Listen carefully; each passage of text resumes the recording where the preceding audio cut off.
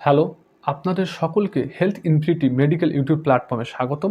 আজকের আমাদের ভিডিওর বিষয়বস্তু হলো সিবিসি ব্লাড টেস্ট। মানে কমপ্লিট ব্লাড টেস্টে আমরা কি অবশ্যই দেখব এবং তাদের ইম্পর্টেন্স কী। তা চলো পরপর সবকটা বিষয় আমরা জেনে নিই। সিবিসিতে আমরা অবশ্যই 4টে জিনিস দেখব। 1, percentage of haemoglobin. 2, TLC total leukocyte count or WBC. 3, platelet count. And 4, PCV আর প্যাকড সেল ভলিউম। হিমোগ্লোবিন আমাদের ছেলেদের শরীরে 13 থেকে 16 গ্রাম পার ডেসিলিটার থাকে, মেয়েদের শরীরে 12 থেকে 15 গ্রাম পার ডেসিলিটার থাকে। তবে এটা অনেক সময় ল্যাবের উপর নির্ভর করে, তাই নর্মাল রেঞ্জটা আপনার রিপোর্টের সাইটে লেখা থাকে। যদি আপনার শরীরে হিমোগ্লোবিন বেড়ে যায় তখন সেটা পলিসাইথেমিয়া হতে পারে।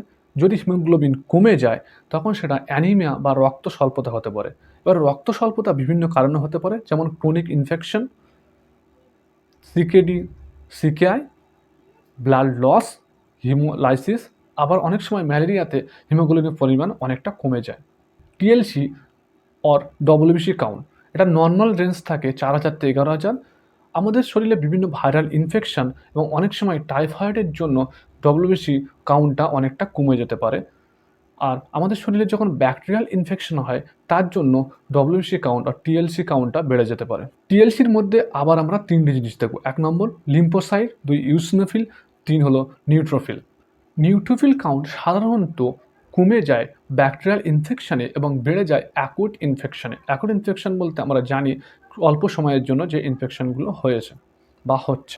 2, লিম্ফোসাইট কমে যায় ভাইরাল ইনফেকশনের জন্য এবং বেড়ে যায় ক্রনিক ইনফেকশনের জন্য। মানে আমাদের শরীরে অনেক দিন ধরে যে সমস্ত ইনফেকশন চলে আসছে তার জন্য লিম্ফোসাইট বেড়ে যায়। 3, ইউসিনোফিল।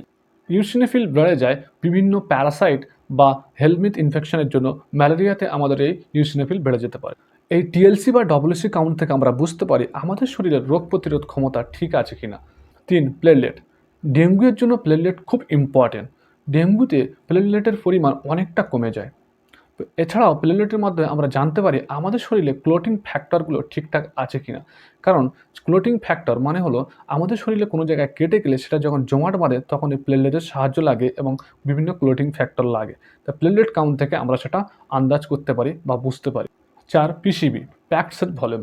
প্যাকড সেল ভলিউম যখন বেড়ে যায় তখন আমরা বুঝতে পারি পেশেন্টের শরীরে ডিহাইড্রেশন হচ্ছে, মানে জলের ঘাটতি দেখা দিচ্ছে। তাই আমরা পেশেন্টকে বেশি বেশি করে জল খেতে বলি এবং ওআরএসও নিতে বলি।